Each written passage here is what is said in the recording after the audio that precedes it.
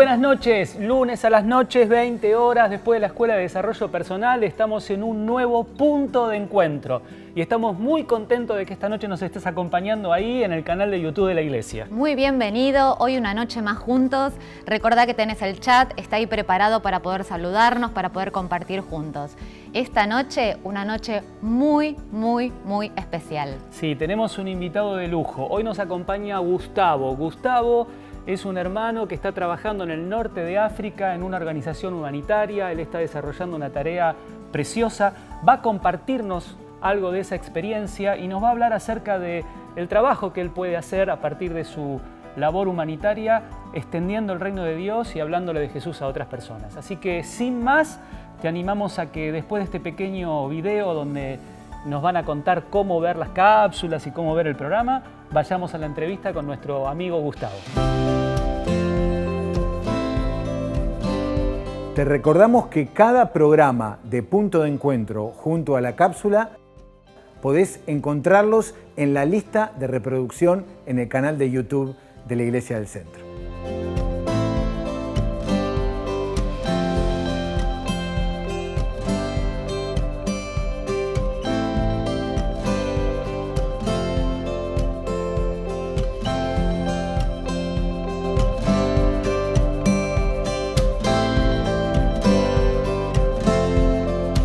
Hola Gustavo, muy bienvenido. Bienvenido. Qué bueno poder estar con vos esta noche aquí. Bueno, muchas gracias. Muchas gracias por esta oportunidad, poder compartir con ustedes. Dale. Gustavo, mira, para empezar, nosotros algo te conocemos, hay muchos hermanos de la iglesia que te conocen, pero hay mucha gente nueva en la iglesia que no tiene ni idea de quién sos vos. Contanos un poquitito quién sos, qué relación tenés con la Iglesia del Centro. Contanos un poquitito esto antes de empezar a hablar. ¿Cómo no? Bueno, Gustavo, felizmente casado con Claudia, tenemos dos chicos de 15 y 14 años y desde el 2002 soy miembro y hermano aquí en esta casa, en la Iglesia del Centro. Así que ya estamos hablando de prácticamente 20 años de caminar junto a tantos hermanos y hermanas preciosos y de haber participado de tantas cosas. Y bueno, nosotros estamos desde el año 2010 fuera del país, trabajando, sirviendo en norte de África, ¿sí? En distintos países, ¿sí? Junto a la familia, alrededor de lo que es el trabajo humanitario, social y a través de la cooperación internacional. Allí vivimos y allí trabajamos y servimos. Qué interesante. Escúchame, hablemos todavía un poquito más de la iglesia. ¿Cómo no? ¿Cuánto hace que conocen al Señor? ¿Son de cuna? ¿Lo conocieron de grandes? ¿Cómo es esa historia? Bueno, en este caso voy a tomar parte por mi esposa porque no ha tenido la oportunidad de participar hoy, pero somos los dos convertidos, venidos al Señor prácticamente entre la adolescencia y la juventud. No somos de familias creyentes. De hecho, actualmente han habido algunas aproximaciones de las familias a la Iglesia del Señor. Sí, en este último tiempo sobre todo, pero no somos de familias cristianas. Mi señora conoció al Señor a través de la escuela, ¿sí? De la escuela el ESEA, allí en el barrio de Villarreal, y yo a través del testimonio de algún muchacho del barrio. Nosotros somos de la zona oeste de la capital federal, Monte Castro, Devoto, Floresta. Bien. ¿Y cómo llegaste a la Iglesia del Centro? La Iglesia del Centro, nosotros estábamos en una búsqueda, íbamos a una iglesia preciosa, querida y la verdad la cual nos formó, ¿sí? La base está allí, en aquella iglesia, pero en algún momento entendimos que teníamos que dar otro pasito, ¿sí?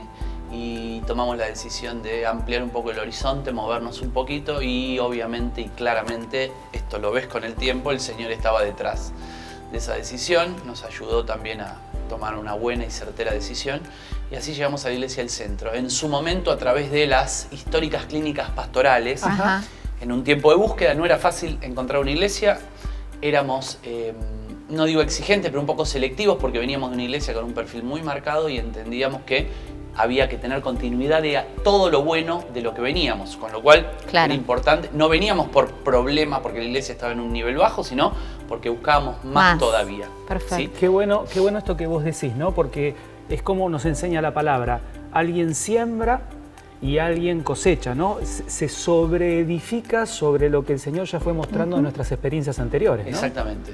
Exactamente, y yo creo en eso y de hecho nunca vimos como un problema esto y gracias a Dios el Señor nos permitió estar con gente no solo que nos aconsejó, sino que tomó muy bien estas decisiones, donde hay momentos donde hay que tomar una decisión de moverse, tomar decisiones hacia otro lugar que tienen que ver ya sea con el crecimiento espiritual o con los momentos de la familia y bueno, la Iglesia del Centro cubrió esa necesidad y nos quedamos para siempre. Bien, ahora nos contaste que hoy están en el norte de África, pero ¿cómo llegan a esa decisión? ¿Qué es lo que pasa en la vida de ustedes? ¿Cómo Dios les revela este ministerio de misioneros? Bueno, ahora en 2-3 horitas te lo cuento, no hay problema. ¿Sí? Está muy bien, una vida. Vamos a tratar de ser sintéticos en esto, pero yo tenía inquietudes respecto de esto de ir a esos lugares donde hay poca presencia, y acá está el punto más importante, poca presencia cristiana, convencidos definitivamente por la Escritura y por la experiencia de que la forma que Dios ha instrumentado es a través de su iglesia, a través del testimonio de sus hijos, alcanzar al mundo, a los que no conocen a Jesús, bueno, haciendo un poco esta especulación también, de alguna manera, intelectual, de tantos aquí, tan poquitos allá, yo traía estas inquietudes. Las compartí con Claudia, en algún momento las frizamos un poquito por cuestiones del camino, del casamiento, los primeros meses de los chicos, pero en un momento tuvimos que confrontarnos delante del Señor y entre nosotros con la firme posibilidad de dar un paso. Ese fue un proceso no muy largo, pero muy intenso de un año y medio, 2, donde acercamos posiciones y nos comprometimos con el Señor a tomar una decisión de cambio de espacio geográfico y en ese momento decidimos por Norte de África justamente por esa carencia, ese déficit en cuanto a la participación de creyentes en la vida diaria. Bien, contanos un poquitito cómo fue esa transición, ¿no? O sea, hasta que tuvieron la certeza de dar ese paso, ¿ustedes qué hacían en la vida de la iglesia? ¿Qué hacían ustedes personalmente? Bien. Estamos recordando un montón de cosas, hermano, ¿sí? Uno ha tenido como varias vidas dentro de esta vida única. Entonces me pregunto en cuál, pero nosotros llegamos a la iglesia recién casados, a la Iglesia del Centro. Bien.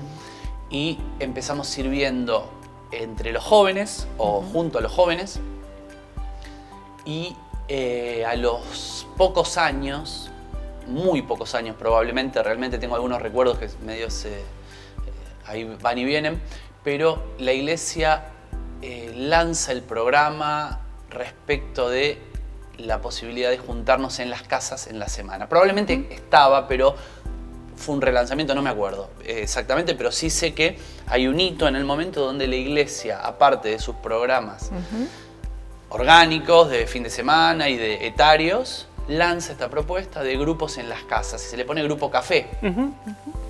Y nosotros fuimos parte de ese primer lanzamiento. ¿Saben por qué hago agua también? Porque después hubo un compromiso en cuanto a la unidad de la iglesia, ¿sí? Y los grupos café eran el gran espacio de recepción de la gente que se alcanzaba en la ciudad de Buenos Aires. Se hacía a través de la Didaqué, ¿recuerdan? Los manzaneros. Los manzaneros, sí, también fuimos los primeros, bien, claro. Bien, perfecto. Los primeros suena como bueno, estelares, pero ahí, éramos parte de ese tiempo, entonces nos sí. tocó eso. Y entonces empezamos a servir en la iglesia abriendo la casa. Y por muchos años, 6, 7 años, tuvimos la casa abierta, o 5 seguro. Incluso multiplicaron los hermanos que venían a casa, empujaban con mucha diligencia y pasión. Y me acuerdo que han abierto otras casas y todo, y fue un tiempo tremendo. El servicio pasaba más bien a través de eso, porque como todos los matrimonios medianamente jóvenes en ese momento, teníamos nuestras actividades. Y nuestros hijos también, que eran bebés en ese momento. Entonces, yo soy docente. Sí, después me licencié en educación, pero nunca estoy más formado en planeamiento y articulación, educación-trabajo tal vez, pero nunca me metí en la parte más sociopolítica de la educación. Fui docente por 9 años. Sí, cuando nacieron los chicos, yo tenía también inquietudes laborales respecto de la parte comercial, entonces me convertí en un vendedor, incluso después un vendedor un poquito más enfocado al tema de medicina y finalmente fui un visitador médico. Ajá. Sí, hicimos un poquito de todo, vendimos 25 cosas distintas en 4 o 5 años hasta que encontramos ese nicho y nos fuimos a África, yo trabajando como visitador médico. Bueno, ahí quiero que nos cuentes un poquitito, Sí. porque vidas con mucho servicio, vidas comprometidas con la vida de la iglesia, con trabajo, con familia, con hijos, y en el medio de todo eso se Irrumpe. materializa Un llamado. la idea de lo que venían gestándose en sus corazones, Correcto. con la posibilidad de hacer un cambio Y drástico, ¿no? un cambio importante, sí, por lo menos drástico en cuanto al lugar de Claro, de- con de chicos vida. chiquitos y todo, Sí, ¿no? salimos con mi hija de casi 4 y mi hijo de Claro, 2. increíble. Sí, salimos chiquitos. La idea, en términos de movimiento, ¿no? de cambio de locación del lugar, a veces pareciera que si no es medianamente drástico es muy difícil, porque no hay nada peor que estar el cuerpo en un lugar y la mente en otra, ¿no? Y el Señor también nos ayudó a través del consejo también de los que nos preceden y de hermanos a si van a jugar fuerte, sean drásticos. Entonces nos quedamos sin nada, ¿viste? ¿Y con qué se encontraron? Porque por lo menos así, escuchándote, lo primero que yo digo, idioma. Sí, Un idioma nuevo. un drama, ¿no? sí, tremendo. Y bueno, porque estos lugares no sea, hay una lengua internacional ahí sobrevolando que es el francés en Norte de África, en gran parte de los países de Norte de África. En uno de los que yo trabajo no, justamente, pero el francés es una gran ayuda porque es una lengua muy parecida. Son esas lenguas, las lenguas internacionales son esas lenguas que ante la tragedia de la lengua ininteligible, Claro, como puede ser el el dialecto. árabe, ocupan espacios. Entonces nos encontramos con uno de los primeros desafíos. Hay que reconocer que uno es joven en ese momento y va con mucha expectativa y desafiado con todo esto. No es que nos pusieron en una jaula, nos lanzaron ahí, ¿no? Uno eligió, decidió y sabe que acá viene uno de los grandes desafíos. Así que bueno, fue y es y será el gran desafío, uno de los grandes desafíos, la comprensión cada vez más profunda a través de las relaciones con los otros de la lengua local. Nosotros vivimos ya hace muchos años en estos contextos. Los árabes son la primer lengua, y digo los árabes porque son dialectos del árabe clásico, no es el árabe clásico, con lo cual hablamos varios, de hecho, árabes, pero en el nivel mejor que podemos. Siempre uno anhela mayor profundidad, pero bueno, es parte de... Escúchame, entonces llegan a África, porque estuvieron ya en varios lugares. Y ahí contanos, primeramente, cómo se insertan laboralmente y después ministerialmente. Bien. ¿Sí? Bien, laboralmente vamos con una propuesta porque justamente la organización que nos patrocina, ¿sí? Y que oficia de instrumento de logística para entrar al país, son países que a veces es un poco complicado llegar por el contexto y, bueno, y por las distancias culturales.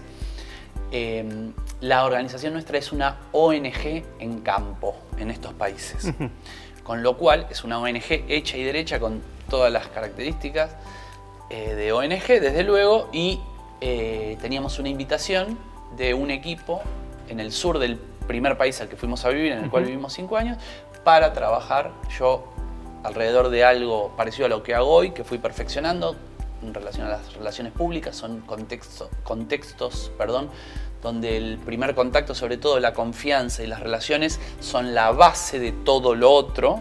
Esto no es formal, no vas con un currículum y porque tus antecedentes formales son positivos vas a empezar a trabajar. Nosotros cooperamos, hacemos relación con organizaciones locales. Ese trabajo es mío, la primer puerta de entrada. Entonces fuimos a trabajar y nos desarrollamos durante casi 5 años, que fue ese primer tiempo. Digo casi porque los primeros 4 o 5 meses son una capacitación muy intensa alrededor del idioma y la cultura, alrededor de la problemática de la discapacidad en chicos y jóvenes, y trabajamos con parálisis cerebral y con chicos discapacitados motores. Yo tenía una cooperativa de cuero, los chicos producían discapacitados motores muy lúcidos, pero que no se podían valer por sí mismos, y administraba otro centro de chicos con parálisis cerebral, donde mi esposa era la formadora del staff local.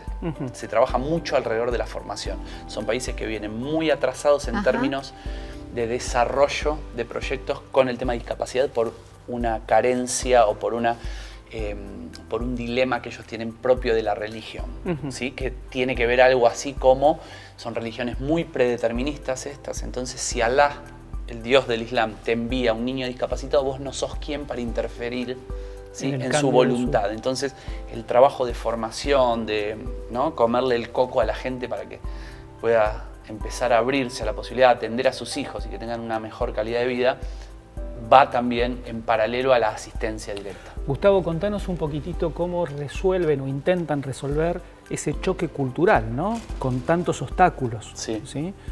A mí se me ocurre, surge claramente que hay un motor que es el amor y el amor de Dios en la vida de ustedes, Desde ¿no? luego. Pero ¿cómo se materializa eso? ¿Cómo trabajar en un contexto ajeno, en un idioma diferente, con patrones culturales y religiosos diferentes, para llevar adelante la tarea que nos contás que están desarrollando? Bueno, desde luego hay una convicción de que esos obstáculos son una parte de la tarea.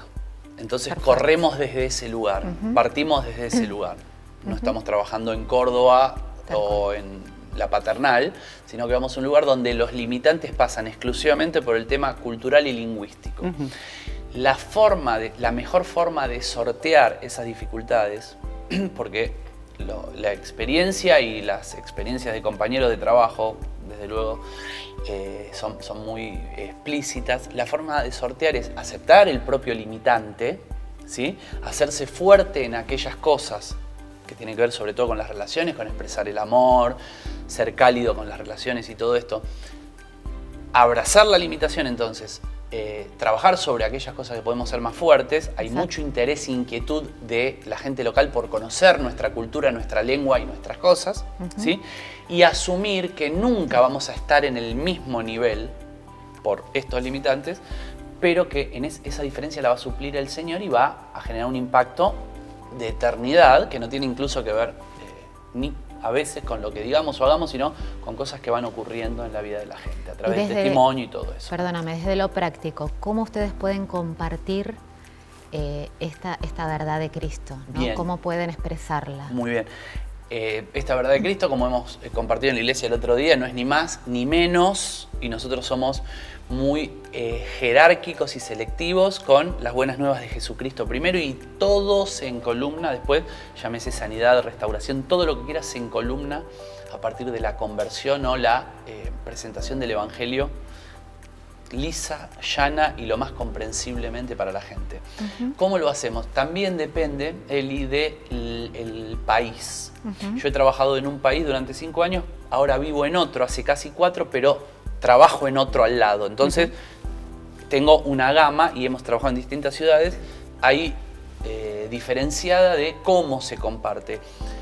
A priori te digo, el compartir es del mismo modo que lo hacemos acá, a través del testimonio y a través de la oportunidad de proclamar a través de nuestras relaciones y contactos la verdad de Jesucristo como único y suficiente Dios. En algunos lugares, estoy generalizando desde luego, ¿no? En algunos lugares la gente lo recibe bien, independientemente de la decisión que tome después. En otros lugares entras en una confrontación, que probablemente primero es espiritual, pero que después tiene que ver con poder defender una posición. Y ahí viene otra situación. Es mucho más fácil en el país donde yo vivo hoy expresar la verdad del Evangelio que en el país donde trabajo y no vivo, ¿sí? En uno trabajo y vivo, en otro solo trabajo.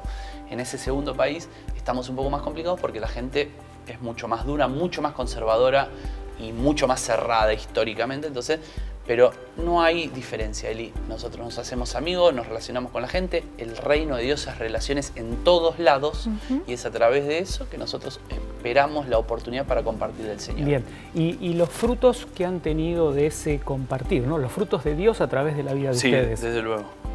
¿Cómo trabajan con ellos, cómo se vinculan con ellos en términos de iglesia, de congregación, de pueblo, ¿no? Porque claro, esto debe ser un desafío grande allí. Es un desafío, probablemente el desafío más grande en términos, digámoslo así, religiosos, ¿no? Porque en estos países no hay libertad religiosa. Ahí está, contanos un poquito de eso. Acá hay unas, sí, de vuelta, una horita y media te lo aclaro, sí, no hay problema. 1 hora 45 generalmente es Hacemos doble programa, no hay ningún problema. No, ahí la situación es la siguiente. Hay 2 o 3 figuras jurídicas, ¿sí? Que son la libertad de culto, la libertad religiosa y la libertad de conciencia. La libertad de culto está asegurada casi en todos estos países, en general. Significa que cualquier extranjero, si hubiera una iglesia extranjera, ¿sí? Ahí siempre hay alguna capilla católica y en algunos lugares hay alguna iglesia protestante, más bien a la europea, ¿sí? Si hubiera una iglesia, vos tenés el derecho, ¿sí? Por vivir en el país como extranjero cristiano, de participar de estos cultos. Son cultos en general más bien cortos, donde no se gira alrededor de las relaciones, sino alrededor de alguna predicación corta, ¿sí? Donde la gente participa para tener lo suyo. Esto es obvio y está dentro del programa de los ministerios de interior de estos países, porque ellos quieren trabajadores extranjeros. Entonces, si no les ponemos una iglesia, no quiere venir nadie. Libertad de culto. Primer figura, nadie tiene ningún problema. La segunda figura es más controversial porque es la libertad religiosa. La libertad religiosa tendría que ver con la manera en que el creyente comparte al no creyente, o sea, gente del país, su religión o experiencia espiritual. Eso es prohibido en general en todos los países musulmanes. En todos, por lo menos los que yo he vivido, y no sé, por ejemplo, en Turquía, bueno, pero en todos los países musulmanes. Es todo un tema, porque vos no podés compartir tu fe, ya no cristiana, cualquiera sea, a una persona musulmana. No se puede. Esto es penado y ahí sí hay gradientes distintos. En algunos será penado con la cárcel, en otros con expulsión, en otros con una aseveración y nada más. Pero hay una tercera figura que es la libertad de conciencia. Es la capacidad, jurídicamente hablando, que tiene la persona de decidir cambiar o salirse del Islam. En el país donde yo vivo, en particular, es la única democracia del mundo árabe. Ahora hemos tenido, lamentablemente, un golpe de Estado hace 10 días, increíble, pero es la única democracia y la libertad de conciencia está contemplada desde hace 10 años. Lo que pasa es que existe un gris muy grande porque la persona puede venir a Jesucristo o a Buda, pero no puede ser confrontada o predicada. Y acá ocurren un montón de otras cosas que tienen que ver con los milagros, los sueños, todo esto. Y nosotros no respetamos en verdad esta ley civil, porque creemos que la ley de Dios, o sea, la libertad religiosa que es penada, nosotros no nos hemos sujetado a esa ley porque creemos que la ley de Dios, que es el derecho de cualquier criatura de recibir la palabra de Dios, está por encima de la ley civil. Pero hay una confrontación ahí jurídica, digamos así. De alguna manera, esa experiencia de fe se vive en lo secreto, en lo clandestino para las leyes humanas que rigen allí, ¿no? Exactamente. Se llama la iglesia subterránea, por ejemplo. La conformación del grupo tiene una denominación que no tiene que ver por el lugar donde está ubicada, sino porque justamente es secreta o no es pública. Es la iglesia clandestina, la iglesia subterránea. La iglesia subterránea no es ni más ni menos que un grupo de creyentes que, como no tienen un lugar público, se juntan en alguna casa. Subterránea me parece que viene sobre todo de China, Unión Soviética, de ese tiempo, donde había que prácticamente meterse en un búnker para celebrar o compartir al Señor, y actualmente quedó esa denominación. Es un grupo de creyentes que, al no haber iglesias, al ser prohibido, se resguardan en alguna casa y comparten clandestinamente la palabra de Dios. No, increíble. Me gustaría llevar estos dos puntos. Por un lado, ustedes estuvieron en la iglesia del centro, tuvieron una casa café acá. Tremendo. Y hoy están en el norte de África con una casa café, ¿sí? Brutal. Sí. Tremendo, donde la palabra de Dios corre en esta libertad de conciencia, ¿no? Yo no sé si vos que estás ahí del otro lado pudiste vivir o dimensionar. Nosotros estamos honrados por la presencia de Papo, Gustavo, no porque ellos sean extraordinarios, ellos simplemente acudieron a ese llamado, ¿no? Y yo el otro día los escuchaba cuando estaban acá en la iglesia, ellos decían, nosotros simplemente decimos que el Señor es el Señor, esa es nuestra premisa, no hay galardón, no hay festividad, no hay nada, ellos llevan esto, el mensaje de Cristo. Pero hoy en esta noche tenemos esta oportunidad de compartirlo, porque así como nuestro grupo café hoy en nuestra casa puede ser un espacio en el cual, así como ellos lo hacen en el norte de África, de abrir las puertas para que otros conozcan al Señor, y por el otro lado también darnos cuenta cómo tan lejos hay grupo de personas que también están llevando el Evangelio, en el cual es una situación muy, muy difícil, ¿no? Sí, Gustavo, decime, mira, me gustaría que me digas dos cositas. Sí, cómo no. Voy a empezar al revés. Primero me gustaría que le digas a nuestros hermanos, o nos digas, cómo nuestro grupo Café se puede convertir en un espacio misionero, un espacio donde el Evangelio corra y alcance a otros. Pero en la misma respuesta me gustaría que me digas si valió la pena tanto esfuerzo, tanto dejar, tanta adaptación, a partir de lo que vos ves que Dios está haciendo a través de la vida de tu familia, en muchas personas que solo a través de que alguien se acercó pudieron escuchar el mensaje del Señor. Bueno, cómo no. ¿Cómo podemos hacer aquí o convertirnos en un espacio misionero como Casa Café? No tenemos que hacer nada más que lo que hemos aprendido, oído y que sabemos que tenemos que hacer, que es compartir al Señor.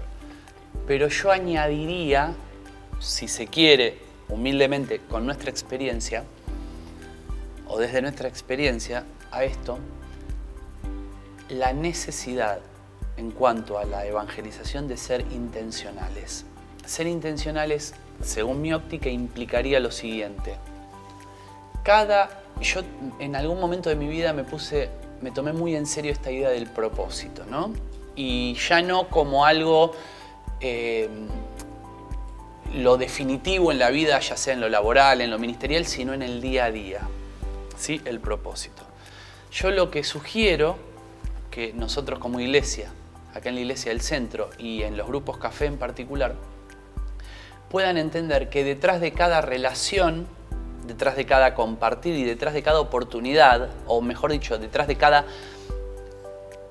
más que oportunidad, digámoslo de vuelta, de cada relación que surge en el día, más fortuita aparentemente o más intencional o lo que sea, tratemos de entender que hay un potencial propósito de Dios. Entender esto nos pone en una perspectiva, o mejor dicho, ponernos en esta perspectiva, nos hace actuar de otra manera. Nos hace pensar que cada uno con los que yo me estoy relacionando es posiblemente una persona que puede compartir en nuestra Casa Café también, y yo tengo que tener un lugar desde donde partir para tener una convicción tan fuerte como esta. Ese lugar es pensar dos cosas. La número uno es que todo el mundo necesita a Jesucristo y que no depende de nosotros esto. Porque lo que yo pueda decir, hacer, parecer o mejorar va a quedar siempre por debajo de la capacidad que tiene Dios de cambiar la vida de esa persona, número uno. Y número dos, que sí depende de mí. Yo tengo una convicción muy firme de lo que aquello que yo no hago probablemente no se hace. No que Dios lo va a suplir. No porque Dios no pueda, sino porque Dios lo ha instrumentado así. La Iglesia de Jesucristo tiene una responsabilidad y hay que tomarse muy en serio, y esa responsabilidad es compartir a Jesús. Y hay que tomarse muy en serio la situación siguiente. Dios así lo ha querido, nos ha encomendado, nos ha hecho testigos de su plan de salvación para que la gente pueda venir a Jesús. Y yo no tengo evidencia bíblica, a mi criterio, ni experiencial suficiente para creer que si yo no invito a esa persona al grupo Café, o no le doy el panfletito de la Casa Café, o no le doy una palabra, no siembro una palabra, donde dejo la relación abierta a que esa persona esté interesada en mis cosas y consecuentemente después digo invitarle al grupo Café porque es el espacio donde tenemos para compartir al Señor, probablemente nadie lo haga. Hay que evitar que esto sea una cuestión culpógena o obsesiva, pero hay que tomárselo con la seriedad del caso. Esto es, el equilibrio es del Espíritu. El Espíritu Santo es el que nos puede traer esta verdad que parece que puede sonar un poco dogmática, pero que la verdad es que es la palabra de Dios. Nos dio a nosotros autoridad y nos dio participación en su obra en este punto. Vayan y hagan discípulos. ¡Wow! Qué palabra Tremenda. y qué enseñanza, ¿no? Bueno. Quiero destacar esto que nos trae Gustavo. Qué bueno que vos y yo podamos colaborar con el plan que Dios tiene trazado para extender su reino y alcanzar a otros. Ponernos en sintonía con ese deseo profundo del corazón del Señor, pero del que nos hace partícipe a vos y a mí. Y entender que la misión también tiene que ver con el campo de las relaciones, ¿no? No es caer como paracaidista en un lugar, sino es poder estar junto al otro, compartiendo con el otro, acompañando al otro y en ese ida y vuelta impregnar todo el amor de Dios y presentar el Evangelio. Cada uno de nuestros grupos café puede ser una oportunidad de esto, ¿sí? Todos nosotros tenemos familiares, amigos, vecinos, personas que aún necesitan escuchar del mensaje del Señor y nosotros tenemos esa verdad muchas veces guardada en nuestro corazón, disfrutándola nosotros, y es simplemente dar ese paso del que nos hablaba Gustavo, del que el Señor nos hace parte y el que nos desafía. Amén, exactamente. Gustavo, muchísimas gracias por este Por tiempo favor, compartido. chicos, por ¿sí? favor. Muchas gracias a ustedes. Bendecimos tu vida, la vida de tu mujer, la vida de tus Claudia, hijos. los chicos, sí. Y como Grupos Café nos vamos a proponer algo. Yo te desafío a esto. Sí. Grabemos en nuestro corazón la imagen de Gustavo y en la de él, la de su familia, y sostengámoslo en oración en este tiempo, ¿sí? Muchas gracias. Para que la obra de Dios fluya con mayor libertad. Amén. Y para que esa resistencia espiritual de la que habló en algún momento se rompa. Y sabe que acá tenés tu familia, tu casa. Lo sé, lo tengo muy claro y dependemos exactamente de eso. Bien. Gracias, Gustavo. Muchas gracias. Gracias por este tiempo. Y gracias por la oportunidad de compartir y un cariño para todos. Y gracias una vez más. Sosténgannos en oración. Amén. Dependemos de esto. El cuerpo de Cristo funciona así. Algunos una parte, los otros Amén. en la base. Amén, amén. Bueno, que Dios te bendiga. Te esperamos en el próximo lunes, en el próximo punto de encuentro. Ahora quédate, mirá la cápsula, compartila con tu casa café y no te olvides, vamos a sostener a estos misioneros en esta hermosa y terrible misión que llevan adelante y vamos a abrir las puertas de nuestra casa café para invitar a aquellos que todavía no conocen a Cristo. Que Dios te bendiga mucho. Muchas gracias.